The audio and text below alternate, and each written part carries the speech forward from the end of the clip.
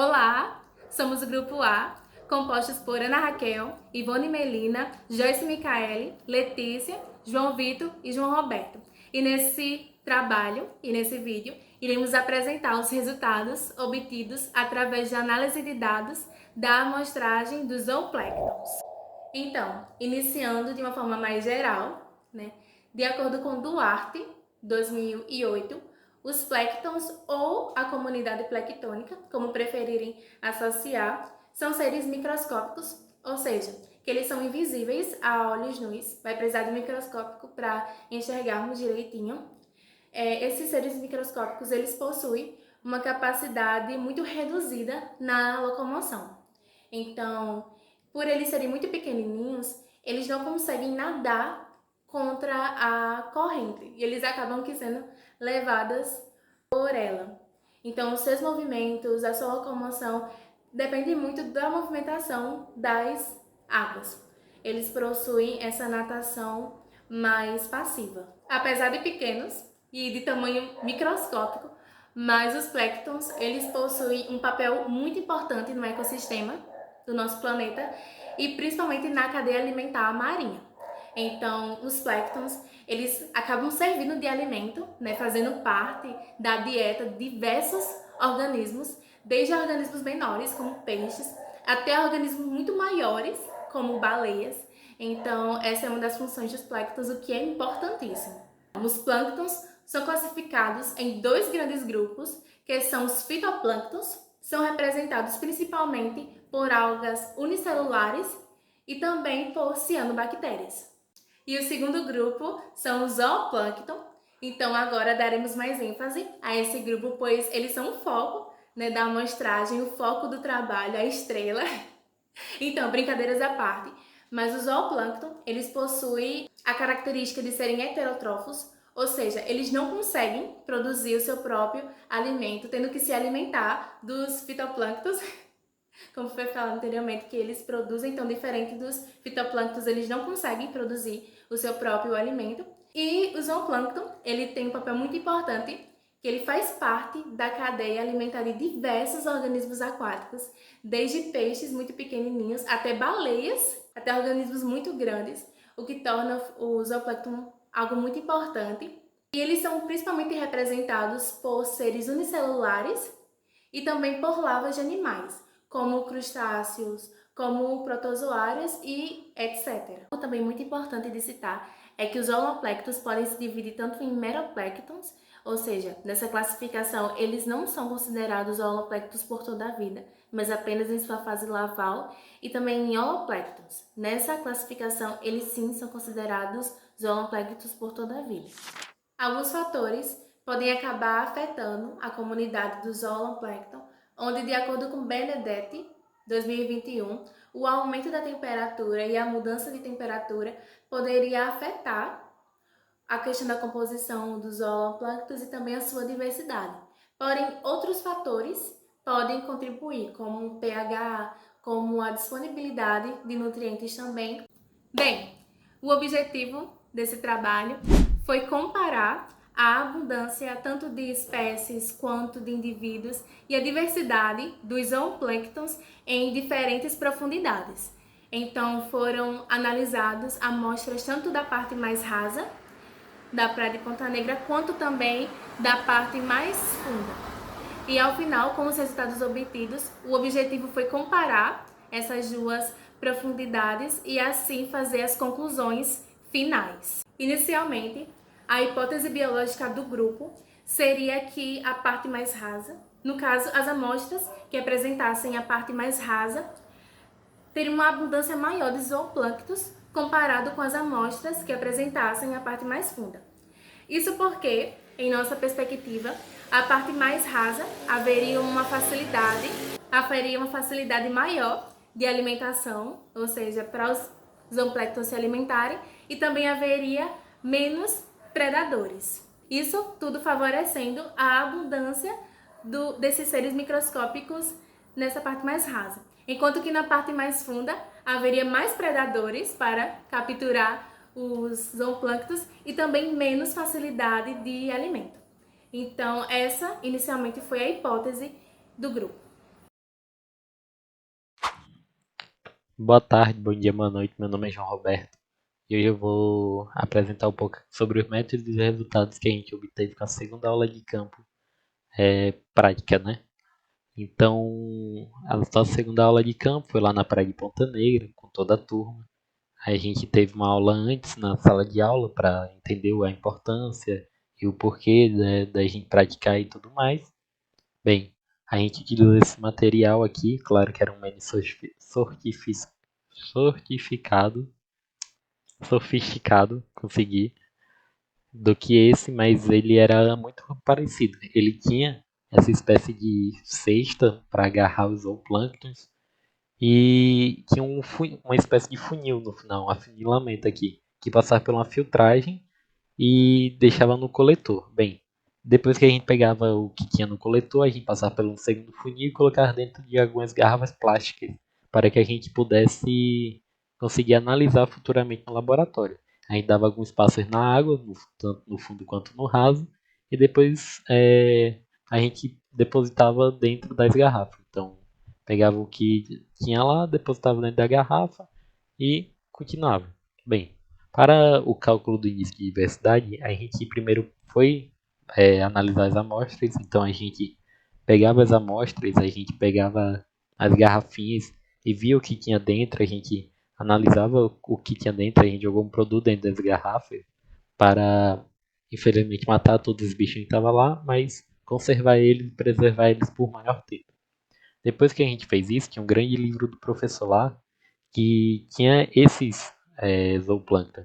A gente comparava e descobria qual que era certo. Claro que por inexperiência nossa a gente demorou um pouco, a gente foi leigo em alguns, e claro que deve ter deixado passar alguns. Mas isso com o tempo a gente melhora e com o tempo a gente consegue entender melhor. Depois disso a gente fez uma planilha na RStudio, depois de catalogar todos os nossos zooplânctons, nossas espécies, e a gente acabou gerando, pedindo para rodar uma série de dados, uma série de conteúdo e conseguimos nossos gráficos. Aqui são alguns organismos observados, como a gente pode ver, temos alguns por aqui, outros por aqui e por aí vai. Agora eu vou passar para os resultados. Se eu estiver falando um pouco rápido, aqui o tempo é meio curto, então estou tentando dar aquela agilizada. Então vamos para os resultados. Na diversidade, sempre que P for maior do que 0,5, ele não é significativo para a pesquisa. Sempre que for menor, ele vai ser significativo. Então, a gente sempre vai dar uma leve prestar atenção nisso. Então, aqui, ó, aqui é a diversidade do raso para o fundo, né? O raso para o fundo. Bem, nós podemos ver que o raso tem maior diversidade do que o fundo e que o P é significativo, então isso daqui tem muita chance de estar correto. Então vamos passar aqui.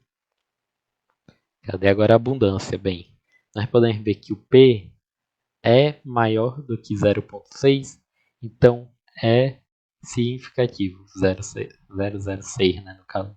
Então, opa, passei sem querer. Então ele também é significativo, então está tudo certo. Isso pode ser comprovado.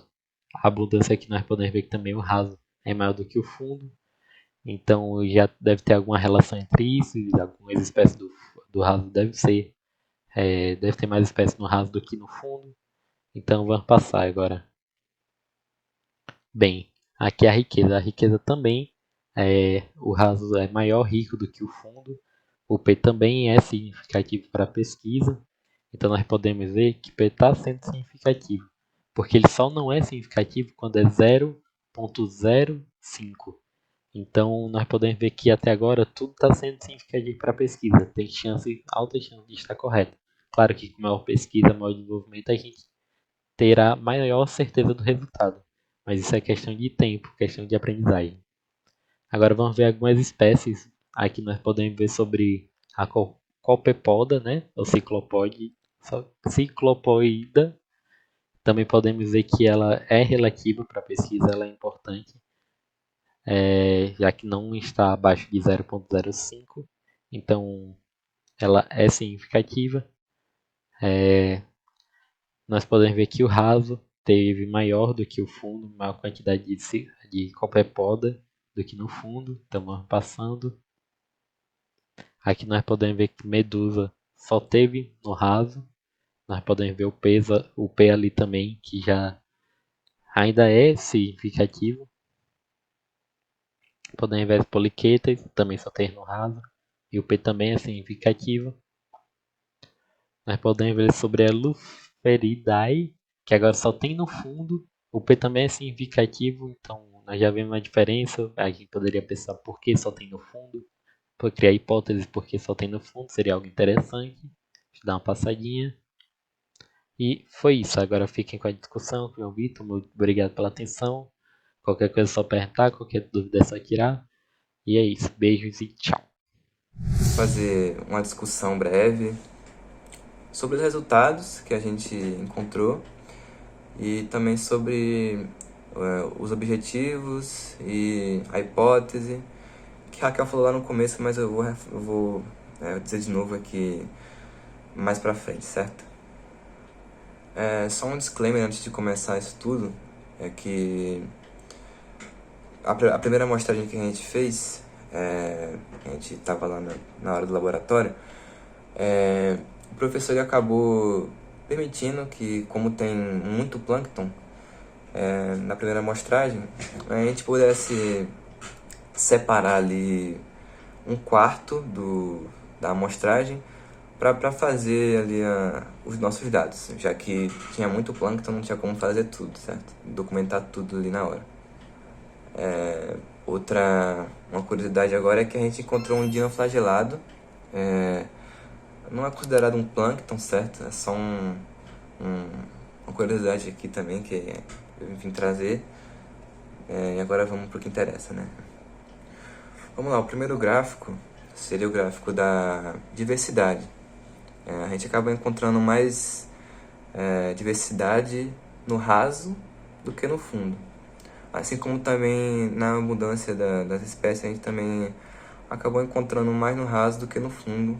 O que já é esperado, né, com base na nossa hipótese, que eu vou falar já já.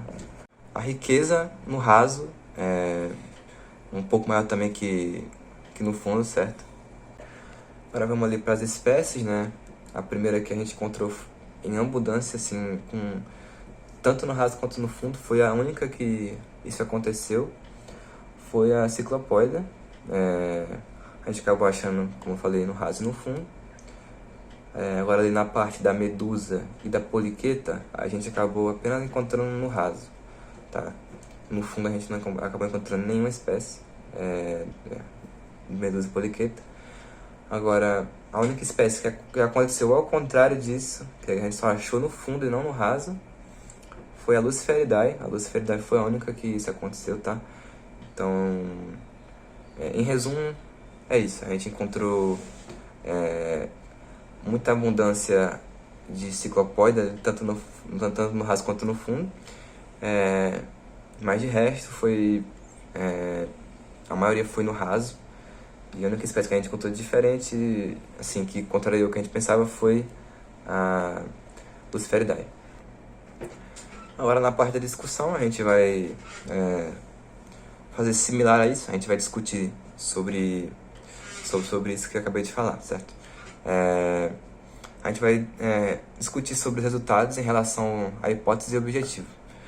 Eu vou dizer de novo o que a Raquel falou, o que é a nossa hipótese. Nossa hipótese era que no raso teria bem mais espécies, porque como no raso tem menos predadores, acaba que elas acabam se reunindo mais no raso do que no fundo, certo? Então seria essa a nossa hipótese. Agora, o nosso objetivo foi concluído ou não? Então, pela gente ter ido lá na praia e ter coletado os plânctons, eu acho que a gente coletou os plânctons e a gente viu eles. Então, esse aí era o nosso objetivo, era coletar, ver, analisar e colocar aqui nos gráficos, né? Então, pode-se dizer que sim, né? A gente concluiu nosso objetivo e nossa hipótese, ela foi apoiada ou rejeitada pelos resultados. Então, acabou que tudo menos a Luciferidae, fora essa partezinha aí, foi a única que a gente não conseguiu prever, né? Foi a única espécie que a gente não conseguiu prever. De resto, tanto a abundância, quanto a medusa, a ciclopóida, diversidade, enfim, tudo foi como a gente estava esperando. Foi tudo, como pode dizer, tudo já estava não planejado, mas a gente já sabia que ia acontecer. Então, só a luciferidade foi a única parte que a gente não conseguiu prever, certo? Essas foram as referências utilizadas nessa apresentação e obrigada pela atenção.